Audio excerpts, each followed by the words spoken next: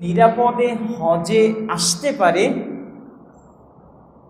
এজন্য হজের আগের 1 মাস হারাম, সেটা হলো যুলকাদা। আর হজের মাসটা হারাম যাতে করে নির্বিঘ্নে নিরাপদে মানুষরা হজ ঠিক মতো আদায় করতে পারে, তাদের উপরে কেউ হামলা না করতে পারে, চুরির মতো সেখানে অনৈতিক জন্য কোনো কাজ না ঘটে। এই জন্য হজের আগের 1 মাস হারাম, হজের মাসটাও হারাম। আবার পরে আরেক মাস হারাম করা হয়েছে যাতে করে হজ শেষ করে মানুষরা নিরাপদে তাদের বাড়িতে পৌঁছতে পারে। সুবহানাল্লাহ। দেখেন ইসলাম আমাদের কত সুন্দর ব্যবস্থা দিয়েছে। তাহলে আমরা যে মাসে বর্তমানে অবস্থান করছি এটা হলো যুলকাদা মাস, মাঝামাঝি। আপনারা দেখেছেন, জেনেছেন, ইতোমধ্যে বাংলাদেশ সহ বহির্বিশ্বের বিভিন্ন প্রান্তর থেকে, চারিদিক থেকে সব একই ড্রেসে, একই পোশাকে, একই ইউনিফর্ম পরে, একই ধ্বনি লাব্বাইকের আওয়াজ দিয়ে চারিদিক থেকে গোটা মুসলিম উম্মার লক্ষ লক্ষ মুসলিম যারা হলো আল্লাহর মেহমান, জুয়ুফুর রহমান, সাধারণ মানুষ না, সাধারণ কেউ না, তারা হচ্ছেন জুয়ুফুর রহমান, আল্লাহর মেহমান হয়ে তারা আল্লাহর ঘরে হাজিরা দিতে যাচ্ছেন। সুবহানাল্লাহ।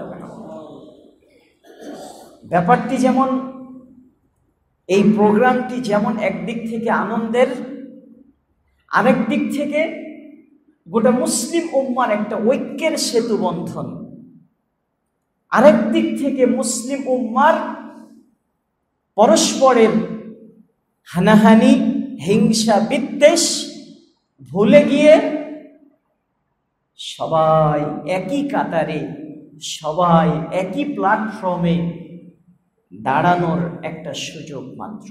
সুবহানাল্লাহ।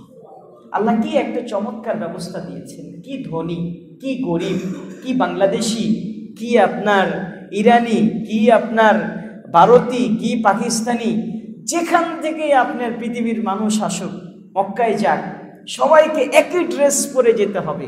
কেউ যদি বলে আমি ভিন্ন ড্রেস পরে যাব, তাকে কি ঢুকতে দিবে?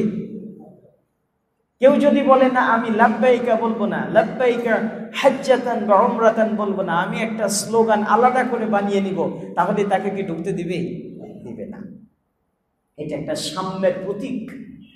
ধনী, গরিব, কালো, সাদা, আজামি, আরবি, আরব, অনারব, যে কোনো মুসলিম, আফ্রিকার কান্ট্রি মুসলিম হোক, ইউরোপ কান্ট্রির মুসলিম হোক, বা এশিয়া মহাদেশের আপনার মুসলিম হোক, সবাই একই স্লোগানে, একই পোশাকে, একই নিয়মে, একই তারিখে, একই দিনে সবাই একইভাবে আল্লাহর মেহমান হয়ে তারা কার্যক্রমগুলো পরিচালনা করতে যাচ্ছেন। আমরা আল্লাহর কাছে দোয়া করছি, এবছর যারা হজ পালন করতে যাচ্ছেন, যাবেন, আল্লাহ সকলের হজগুলো কবুল করুন। আমিন। আমরা আল্লাহর কাছে আরো দোয়া করছি, আমরা যারা এখনো হজে যেতে পারিনি, কাবা ঘর দেখার সুযোগ পাইনি, আমরা যেন সেই কাবাকে দেখতে পারি, হজে যেতে পারি, উমরায় যেতে পারি। আল্লাহ আমাদের সেই ব্যবস্থা করে দিন। আমিন। বন্ধুগণ আমার, কাবা মুসলিমদের হৃদয়ের স্পন্দন। কাবা এটা হচ্ছে মুসলিমদের ভালোবাসার জায়গা, যেখানে দেখলেই ভালো লাগে, যেটার কথা শুনলেই ভালো লাগে, যেখানে ইবাদত করতে ভালো লাগে। সেই জায়গায় মুসলিমরা বছরে একবার সমবেত হবে, আনুষ্ঠানিকভাবে তারা এখানে তাদের আনুষ্ঠানিকতা পালন করবে। আল্লাহ সেই ব্যবস্থা করে দিয়েছেন। এবং আল্লাহ রাব্বুল আলামিন এটা সাধারণ কোনো ব্যাপারেই বলেননি, বরং এটা হলো একটি ফরজ ইবাদত, যেটি আল্লাহ রাব্বুল আলামিন সূরা আল ইমরানের ৯৭ নম্বর আয়াতে ফরজ হিসেবে কোরআনুল কারীমে ঘোষণা দিয়েছেন। আল্লাহ বলেন, ওয়ালিল্লাহি আলান নাসি হিজ্জুল বাইতি মান ইসতাতাআ ইলাইহি সাবিলা, আল্লাহর পক্ষ থেকে আল্লাহ অবধারিত করে দিয়েছেন মানুষের উপরে হজ করা। হজ করা আল্লাহর পক্ষ থেকে আল্লাহ রাব্বুল আলামিন মানুষের জন্য নির্ধারণ করে দিয়েছেন। কোন মানুষদের জন্য?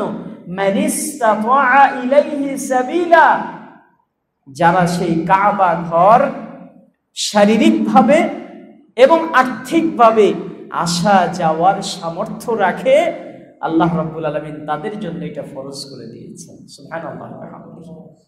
ইবনে ওমর রাদিয়াল্লাহু তাআলা আনহু সেই হাদিস থেকেও আমরা জানতে পারি, যেটি বর্ণিত হয়েছে, রাসূল সাল্লাল্লাহু আলাইহি সাল্লাম বলেন, বুনিয়াল ইসলাম আলা খামস, ইসলামের রুকন কয়টি? 5টি। তার মধ্যে একটি হলো শাহাদাতু আল্লা ইলাহা ইল্লাল্লাহ ওয়া আন্না মুহাম্মাদার রাসূলুল্লাহ। 1 নম্বর হচ্ছে সাক্ষ্য দেওয়া, আল্লাহর তাওহীদকে মেনে নেওয়া, নবীর রিসালাতকে মেনে নেওয়া। 2 নম্বর ইকামাতুস সালাহ, সালাত আদায় করা, ইকামুস সালাহ। 3 নম্বর ইতাউজ যাকাত, যাকাত প্রদান করা। আর 4 নম্বর হলো আল হজ, হজ পালন করা। আর 5 নম্বর সওমু আস-সওমু ফি রমাদান, রমাদান মাসে সিয়াম পালন করা।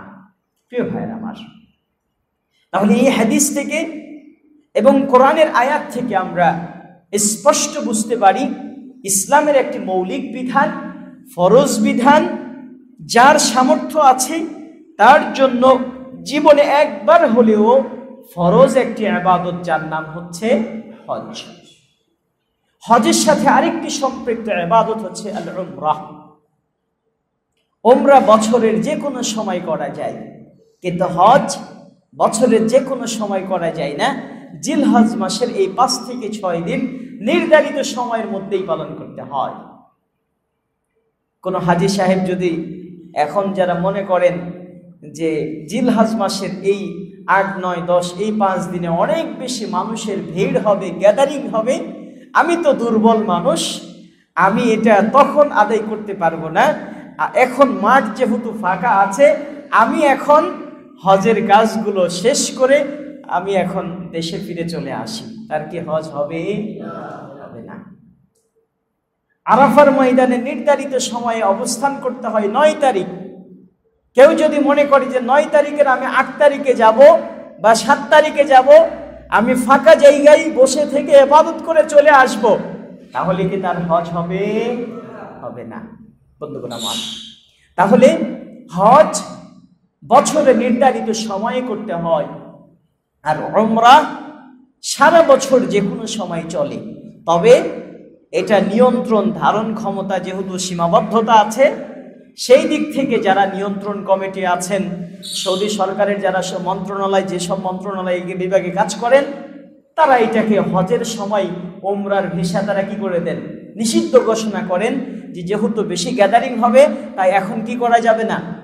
উমরা পালন করা যাবে না। বন্ধুগণ আমার, তাহলে উমরার কাজ অল্প যে কোনো সময়, হজের কাজ তুলনামূলক বেশি, কিন্তু এর আপনার নির্ধারিত সময় সেটা হচ্ছে জিলহজ মাসের 8 তারিখ থেকে 12 তারিখ বা 13 তারিখ, এই কয়দিনের মধ্যে।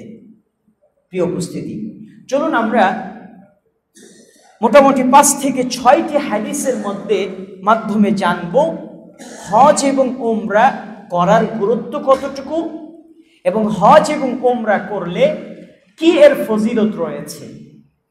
খুব ভালো করে খেয়াল করবেন। আমরা এখানে 5 থেকে 6টি হাদিসের কথা উল্লেখ করব, 6টি হাদিস উল্লেখ করব। 1 নম্বর হাদিস, খুব মনোযোগ দিয়ে শুনবেন। সহিহুল বুখারী এবং মুসলিমে বর্ণিত হয়েছে, আবু হুরায়রা রাদিয়াল্লাহু তাআলা আনহু বর্ণনা করেন, রাসূলুল্লাহ সাল্লাল্লাহু আলাইহি ওয়াসাল্লামের কাছে জিজ্ঞাসা করা হলো, আইয়ুল আমালি আফদাল, কোন আমলটি বেশি উত্তম, কোন আমলটি বেশি ভালো? তিনি বললেন, ঈমানুন বিল্লাহি ওয়া রাসূলিহি, সবথেকে উত্তম আমল হচ্ছে আল্লাহ এবং তার রাসূলের প্রতি ঈমান আনা। তাকে আবার প্রশ্ন করা হলো, সুম্মা মাদা, এরপরে কোনটি? তিনি বললেন, জিহাদুন ফি সাবিলিল্লাহ, আল্লাহর রাস্তায় জিহাদ করা। তাকে প্রশ্ন আবার করা হলো 3 নম্বর, সুম্মা মাযা, এরপরে কোনটি? তিনি স্পষ্ট করে বলে দিলেন, হজ্জুন মাবরুরুন, কবুলযোগ্য হজ। এমন হজ করা যেই হজটা আল্লাহ কবুল করে নেবেন। সুবহানাল্লাহ। তাহলে এই হাদিস থেকে আমরা 3টি শ্রেষ্ঠ আমল খুঁজে পেলাম, তার একটি হচ্ছে হজ পালন করা। 2 নম্বর হাদিস, হজ এবং উমরা শুধু মানুষের সবার জন্যই নয়, বিশেষ করে আমরা জানি জিহাদ সবার জন্য নয়, শুধুমাত্র পুরুষদের জন্য জিহাদ, শিশু, নারী, দুর্বল মানুষদের জন্য জিহাদের কোনো হুকুম নেই, কারণ তারা মাযুর, তাদেরকে শরীয়তের পক্ষ থেকে ছাড় দেওয়া হয়েছে। রাসূলুল্লাহ সাল্লাল্লাহু আলাইহি ওয়াসাল্লামকে বলা হলো ইন্না আবি, মহিলাদের পক্ষ থেকে রাসূল সাল্লাল্লাহু আলাইহি ওয়াসাল্লামকে বলা হলো যে মহিলাদের জিহাদ কি? রাসূলুল্লাহ সাল্লাল্লাহু আলাইহি ওয়াসাল্লাম বললেন, মহিলাদের জিহাদ, শিশুদের জিহাদ, দুর্বল মানুষদের জিহাদ হচ্ছে হজ পালন করা। সুবহানাল্লাহ। তাহলে মহিলারা, নারীরা, শিশুরা তারা যদি হজ পালন করে, জিহাদে গেলে যে সওয়াব পাওয়া যাবে, আল্লাহ সুবহানাহু ওয়া তাআলা হজ এবং উমরা পালন করার কারণে তাদেরকে সমপরিমাণ সওয়াব দান করবেন। সুবহানাল্লাহ। হজ এবং উমরা এমন একটি ইবাদত। 3 নম্বর হাদিস, খুব মনোযোগ দিয়ে শুনবেন। হজ এবং উমরা এমন একটি ইবাদত, যেই ইবাদতটি মানুষের মৃত্যুর পর মৃত ব্যক্তির পক্ষ থেকেও আদায় করা যায়। বার্ধক্যে যে উপনীত হয়েছে, যিনি যাওয়ার সক্ষমতা রাখেন না শারীরিকভাবে, তার পক্ষ থেকে যদি কেউ বদলি হজ করতে যায়, তাহলে এটা তার পক্ষ থেকে অবশ্যই জায়েজ রয়েছে। অপরদিক থেকে একজন মানুষ যদি মারা যায়, তার অনেক সামর্থ্য রয়েছে, অনেক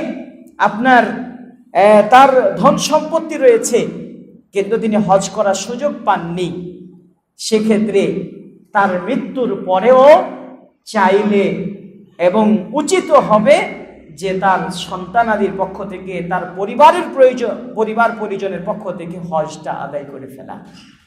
যেমন রাসূল সাল্লাল্লাহু আলাইহি ওয়াসাল্লামকে বলা হলো, ইন্না আবি শাইখুন কাবীরুন, আমার বাবা বার্ধক্যে উপনীত হয়েছেন, বুড়ো হয়ে গেছেন, লা ইয়াস্তাতিউল হজ, উনি হজ করতে পারবেন না, উনি বাহনের উপর বসে থাকবেন, এটা তার সক্ষমতা নেই, ক্ষমতা নেই। রাসূলুল্লাহ সাল্লাল্লাহু আলাইহি ওয়াসাল্লাম বললেন, হুজ্জা আন আবিকা, তুমি তোমার বাবার পক্ষ থেকে হজ আদায় করে ফেলো। সুবহানাল্লাহ।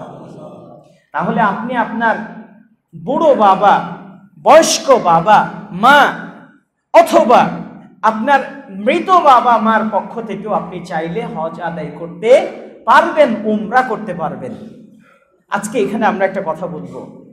আমাদের সমাজে, কালচারে, আমাদের একটা সোসাইটিতে বেশ খুব আয়োজন করে মিলাদের আয়োজন করা হয়, 40-এর আয়োজন করা হয়। আপনার বাৎসরিক মানুষ মারা গেলে বছরে ঘিরে প্রত্যেক বছরে গরু কেটে, খাসি কেটে, বিশাল বড় হুজুর, ওলামায়ে কেরাম, সাধারণ মানুষকে ডেকে কত আইটেম রান্না করে খাওয়ান দাওয়ানের আয়োজন করা হয়, দোয়া মাহফিলের আয়োজন করা হয়, ওয়াজ মাহফিল দেওয়া হয়, বাবার নামে, অমুকের নামে, এটার নামে, সেটা নামে আপনার বহু এরকম আয়োজন করা হয়। আমরা বলবো রাসূলুল্লাহ সাল্লাল্লাহু আলাইহি ওয়াসাল্লাম তার পক্ষ থেকে এই কাজগুলোর আমরা অনুমতি একটি হাদিস দ্বারাও খুঁজে পাই না, বরং আমরা সুন্নাতের মাধ্যমে, হাদিস দ্বারা খুঁজে পাই মৃত বাবা মার পক্ষ থেকে হজ করা যায়, মৃত বাবা মার পক্ষ থেকে উমরা করা যায়। তাহলে আপনার যদি বেশি সামর্থ্য থেকে থাকে, আপনার যদি বেশি টাকা পয়সা থেকে থাকে, বাবা মা যদি আপনার কাছে অনেক সম্পদ রেখে যায়, তাহলে আপনি সেই টাকা দিয়ে এই রকম মিলাদ মাহফিল বা আপনি ওরসের আয়োজন না করে আপনি সুন্দরভাবে হজ উমরা আদায় করে আসুন। এর থেকে আপনার বাবা মা অনেক বেশি উপকৃত হবে এবং সওয়াবের ভাগীদার হয়ে যাবে ইনশাআল্লাহ। তাহলে আজকে আমাদের সমাজে ভুল বোঝানো হচ্ছে, মানুষদেরকে মিসগাইড করা হচ্ছে, মানুষদেরকে সুন্নাহ থেকে দূরে ঠেলে দেওয়া হচ্ছে। আপনি চাইলেই আপনার বাবা মার পক্ষ থেকে আপনি একটি হজ উমরা করুন। আপনার বাবা মা আপনাকে অনেক সম্পদ দিয়ে গেছেন, সম্পদের মালিক বানিয়ে গেছেন। আপনি একটা উমরা তাদের উপরে দিলে এই উমরার বদলতে, এই হজের বদলতে আল্লাহ তাদের কবরে আযাব মাফ করে দিয়ে তাদেরকে জান্নাতুল ফেরদাউস হিসেবে গ্রহণ করে নিতে পারেন, কোনো সন্দেহ নেই। তাহলে আসুন আমরা এখানে আরেকটি হাদিস শুনব। হজ এবং উমরার এত বেশি ফজিলত এবং গুরুত্ব, রাসূলুল্লাহ সাল্লাল্লাহু আলাইহি ওয়াসাল্লাম বলেন, মান হাজ্জা আল বাইতা, যে ব্যক্তি কাবা বাইতুল্লাহ হজ করতে যায়, ফালাম ইয়ারফুস, এই হজ করার মাঝের সময়টুকুর মধ্যে, এই সময়ের মাঝে সে কোনো অশ্লীল কাজে লিপ্ত হয় না, অশ্লীল কথাবার্তা বলে না, স্ত্রীর সাথে নির্জনতা অবলম্বন করে না, ওয়ালাম ইয়াফসুক, কোনো পাপ কাজেও লিপ্ত হয় না।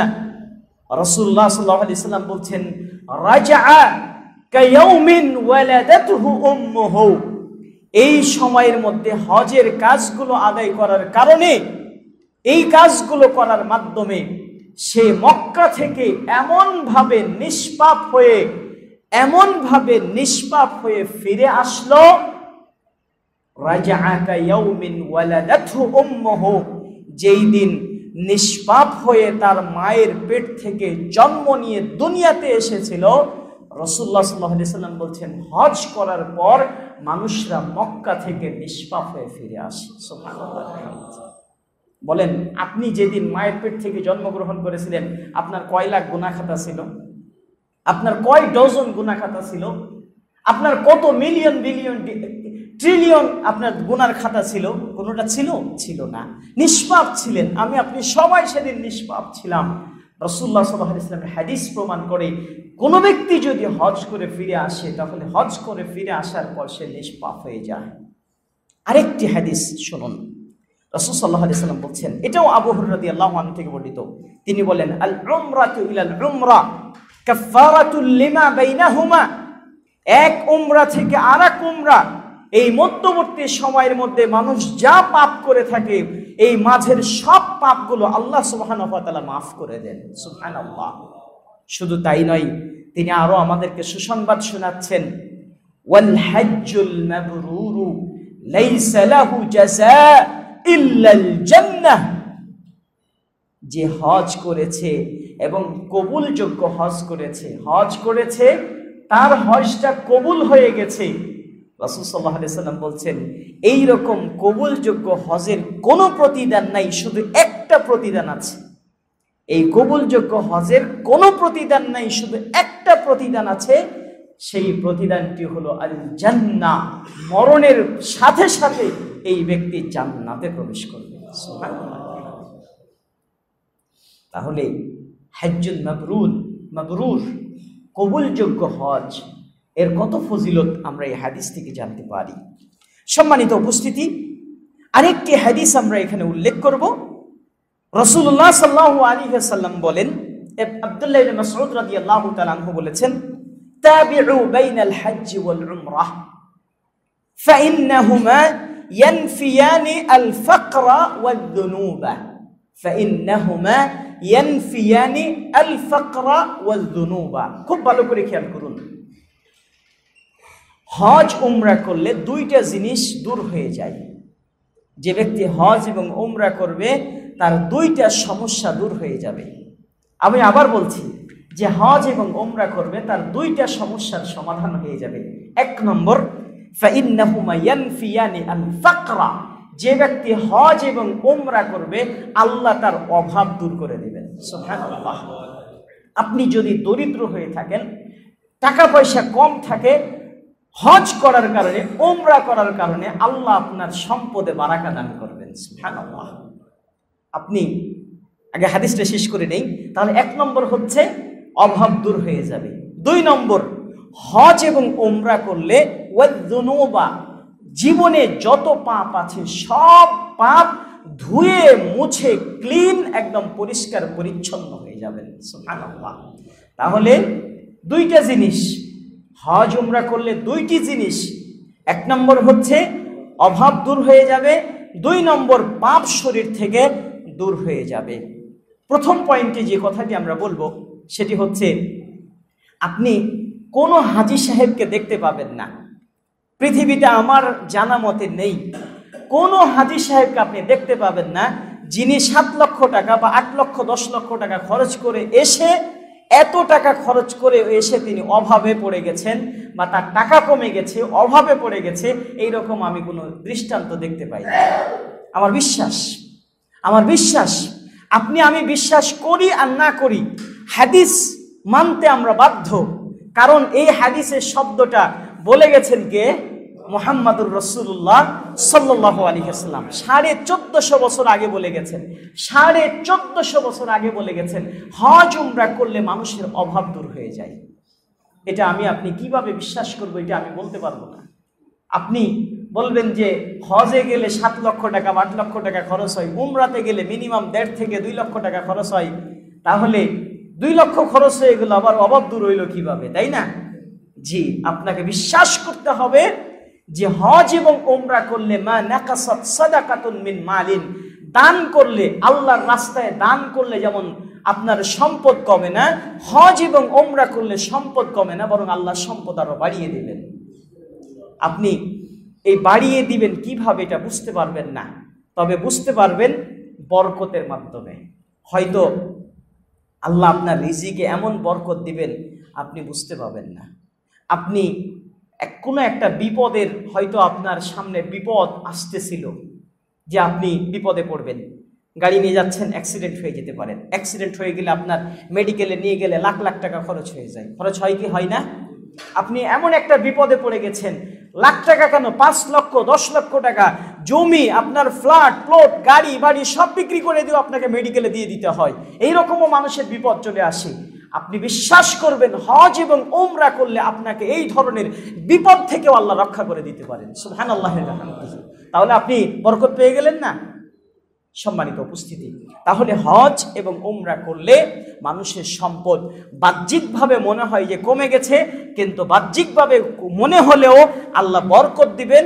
আল্লাহ আপনার রিজিকে এমন বরকত দিবেন, এমন বিপদ থেকে রক্ষা করবেন যে বিপদের কারণে হয়তো আপনি দরিদ্র হয়ে যেতেন, সেখান থেকে আল্লাহ আপনাকে রক্ষা করবেন। তাই আসুন আমরা এই 5 থেকে 6টি হাদিসের মাধ্যমে স্পষ্ট বুঝতে পারি, সেটা হচ্ছে আমাদের জন্য হজ এবং উমরা করাটি কত বেশি গুরুত্বপূর্ণ এবং ফজিলতপূর্ণ। আসুন আমরা এখন জানব যে হজের এগুলো, যে আমরা এই কয়টি হাদিসের মাধ্যমে আমরা জানতে পারলাম হজ এবং উমরার সামষ্টিক সর্বসাকুল্যে সবগুলো মিলিয়ে ফজিলত এবং গুরুত্বের কথা বুঝলাম। কিন্তু জেনে নিন যে হজের এবং উমরার প্রত্যেকটি কাজ, এখানে যতগুলো কাজ আছে প্রত্যেকটা কাজই আলাদা আলাদা ফজিলতের, এবং প্রত্যেকটা কাজের মধ্যে বিশাল বিশাল ফজিলত নিহিত রয়েছে। আপনি ইহরাম বাঁধবেন, ইহরামের মধ্যে একটা বিশাল ফজিলত আছে। আপনি তোয়াফ করতে যাবেন, আপনি উমরার ইহরাম বেঁধে একটা তোয়াফ করবেন। রাসূলুল্লাহ সাল্লাল্লাহু আলাইহি ওয়াসাল্লাম বলেছেন, কেউ যদি কাবা ঘরে একটা মাত্র তোয়াফ করে, এই তোয়াফের কারণে 7 চক্কর দিয়ে একটা তোয়াফ, এই একটা যদি কেউ তোয়াফ করে, রাকাবাতিন, রাসূল সাল্লাল্লাহু আলাইহি ওয়াসাল্লাম বলছেন, তাহলে একজন দাস আজাদ করলে, একজন দাস মুক্ত করলে যে সওয়াব পাওয়া যায়, একটি মাত্র তোয়াফ করলে আল্লাহ সুবহানাহু ওয়া তাআলা তাকে সমপরিমাণ সওয়াব দান করবেন। সুবহানাল্লাহ ওয়া বিহামদিহি। তাহলে আপনি উমরায় গেছেন, হজে গেছেন, সকালবেলা আপনি একটা তোয়াফ করুন, বিকালবেলা একটা তোয়াফ করুন, প্রতিদিন একটা করে তোয়াফ করুন। সেখানে যদি আপনি 7 দিন থাকেন, আর যদি 7টা তোয়াফ করতে পারেন, ভিতর দিয়ে করেন বা বাহির দিয়ে করেন, উপরতলা নিচতলা দ্বিতীয় তলা পুরো চত্বর দিয়ে আপনি 7 চক্কর যদি আপনি ঘুরে যান, তোয়াফ শেষ করতে পারেন, প্রত্যেকটা তোয়াফের বিনিময়ে আপনি একটি একটি করে দাস আজাদ করার সওয়াব পেয়ে যাচ্ছেন। সুবহানাল্লাহ। দাস আজাদ করা এত সহজ না। এটা এখন সিস্টেম নেই, কিন্তু রাসূল সাল্লাল্লাহু আলাইহি ওয়াসাল্লামের যুগে, সাহাবীদের যুগে একজন বেলাল রাদিয়াল্লাহু তিনি দাস ছিলেন, তাকে দাস মুক্ত করার জন্য শত শত আবু বকর রাদিয়াল্লাহু আনহু, ওমর রাদিয়াল্লাহু আনহু, আরো অন্যান্য সাহাবীরা বিশাল মোটা অঙ্কের তারা সম্পদ দিয়ে সাহাবীদেরকে দাসমুক্ত করেছিলেন। কোনো সময় 100 উট, কোনো সময় 50 উট, কোনো সময় আপনার বিশাল বড় বাগান দিয়ে দিয়েছেন। তাহলে আপনি এত সহজে দাস মুক্ত করার মতো সওয়াব পেয়ে যাচ্ছেন কিসে? একটা মাত্র তওয়াফের কারণে। রাসূলুল্লাহ সাল্লাল্লাহু আলাইহি ওয়াসাল্লাম আরো বলেছেন, আপনি কাবা চত্বরে তওয়াফের উদ্দেশ্যে যখন একটা কদম একটা একটা করে পা তুলবেন আর হাঁটবেন, প্রত্যেকটা কদমের বিনিময়ে আল্লাহ সুবহানাহু ওয়া তাআলা আপনার একটি করে গুনাহ মাফ করে দিবেন। শুধু মাফি করবেন না, আল্লাহ রাব্বুল আলামিন প্রত্যেকটা কদমের বিনিময়ে, এক একটি পায়ের বিনিময়ে আল্লাহ রাব্বুল আলামিন আপনার আমলনামায় একটি করে সওয়াব লিখবেন। সুবহানাল্লাহ। তাহলে আপনি এবার খেয়াল করেন যে কালো ঘরটা, এই কালো ঘরটা আপনার ঘুরতে কত মিনিট লাগে এবং কয় কদম হয়। এখানে যদি 1000 কদম হয়, যদি 1000 কদম হয়, আপনি যদি পাশ দিয়ে ঘুরেন তাহলে তাড়াতাড়ি হবে, আপনি যদি দূর দিয়ে ঘোরেন তাহলে দেরি হবে, কদম বেশি হবে, সওয়াব বেশি হবে। সুবহানাল্লাহি ওয়া বিহামদিহি। এখানে আমরা অনেকেই হাজিরা কি করেন জানেন, মানে ঘুরতে বেশি সময় লাগবে এজন্য ভুল করে কাছাকাছি ভুল না, এটাও ঠিক আছে, কিন্তু উনি কাছাকাছি ঘোরার কারণে তার সওয়াবটা কি হয়ে গেল? কমে গেল। কিন্তু যে দূর দিয়ে ঘুরবে তার সওয়াব অনেক বেশি, কারণ প্রত্যেক কদমে আল্লাহ রাব্বুল আলামিন একটি করে সওয়াব রেখেছেন এবং একটি করে গুনাহ মাফ রেখে দিয়েছেন। সুবহানাল্লাহি ওয়া বিহামদিহি। তাহলে আপনি তওয়াফের কথা গেল, আপনি সেখানে হাজরে আসওয়াদ, এমনি তো অন্য সওয়াব আছে তওয়াফ চলাকালীন, আবার হাজরে আসওয়াদকে আপনি চুম্বন দিবেন, এখানে সওয়াব। আপনি তওয়াফ শেষ করে মাকামে ইব্রাহিমের পেছনে 2 রাকাত সালাত আদায় করবেন, এখানেও বিশাল সওয়াব। আপনি 2 রাকাত সালাত শেষ করে জমজমের পানি খাবেন, জমজমের পানি খাইলেও এখানেও সওয়াব, এখানেও বরকত, এখানেও আপনার তৃপ্তি, এখানেও মজা। আপনি এখানেও শারীরিক সুস্থতা অনুভব করতে পারেন। শরীরে কোনো অসুস্থতা থাকলে আল্লাহ হয়তো এর বরকতে আপনার শরীরের অসুস্থতাকে সুস্থ করে দিতে পারেন। সুবহানাল্লাহ। তাহলে আপনার জমজমের পানির এই একটা ফজিলত, এই একটা বরকত, এই একটা রহমত। এরপরে আপনি জমজমের পানি শেষ করে চলে যাবেন সাফা মারওয়া সাই করার জন্য। আল্লাহু আকবার কাবীরা। রাসূলুল্লাহ সাল্লাল্লাহু আলাইহি ওয়াসাল্লাম বলছেন, কোনো ব্যক্তি যদি সাফা পাহাড়ে তার সাই করা শুরু করে, আবার মারওয়াতে যায়, আবার সাফা আসে, আবার মারওয়া যায়, এইভাবে 7টা যদি কেউ চক্কর দেয়, রাসূলুল্লাহ সাল্লাল্লাহু আলাইহি ওয়াসাল্লাম বলছেন, রাসূল সাল্লাল্লাহু আলাইহি ওয়াসাল্লাম বলছেন কাইক্কি 70 রাকাবা, তাহলে 70টা দাস আজাদ করলে যে সওয়াব পাবে, আল্লাহ রাব্বুল আলামিন এই 7টা সাই করার মাঝে, এই সাফা এবং মারওয়া থেকে এর মাঝে সাই করার কারণে আল্লাহ তাকে 70টা দাস আজাদ করার সমপরিমাণ সওয়াব দান করবেন। সুবহানাল্লাহ। আপনি একটা দাস আজাদ করেন তো, একটা দাস আজাদ করতে গেলে এখন 50 লাখ টাকা লাগবে। একটা দাস কিনে নেওয়া অনেক কঠিন ব্যাপার। রাসূল সাল্লাল্লাহু আলাইহি ওয়াসাল্লামের যুগে এটা অনেক কঠিন ছিল, অনেক সম্পদের প্রয়োজন ছিল। তাহলে আপনি একটা তোয়াফের একটা সাই করার কারণে, সাফা মারওয়ার মাঝখানে সাই করার কারণে সেখানে আপনি 70টা দাস আজাদ করার সওয়াব পাচ্ছেন। সেখানে তো আছে, বরং সাফা পাহাড়ে আপনি দাঁড়িয়ে কাবাকে সামনে এনে দোয়া করবেন। রাসূল সাল্লাল্লাহু আলাইহি ওয়াসাল্লামের হাদিস দ্বারা প্রমাণিত, এখানে দাঁড়িয়ে আপনি যা দোয়া করবেন আল্লাহ আপনার সে দোয়াটাই কবুল করে নেবেন। মারওয়া পাহাড়ে আপনি দাঁড়িয়ে যা দোয়া করবেন আল্লাহ সব দোয়া কবুল করে নেবেন। হাঁটতে হাঁটতে চলতে যা দোয়া হবে, জিকির আজকার হবে, প্রত্যেকটার বিনিময়ে আপনাকে আল্লাহ আলাদা আলাদা সওয়াব দান করবেন। সুবহানাল্লাহ। তাহলে একজন মানুষ এই কাজগুলো করলে তার কি কিছু বাকি থাকে? আপনি, এটা তো উমরার কাজ গেল, হজের কাজ 8 তারিখ শুরু হলো, 9 তারিখ আপনি আরাফার ময়দানে যাবে।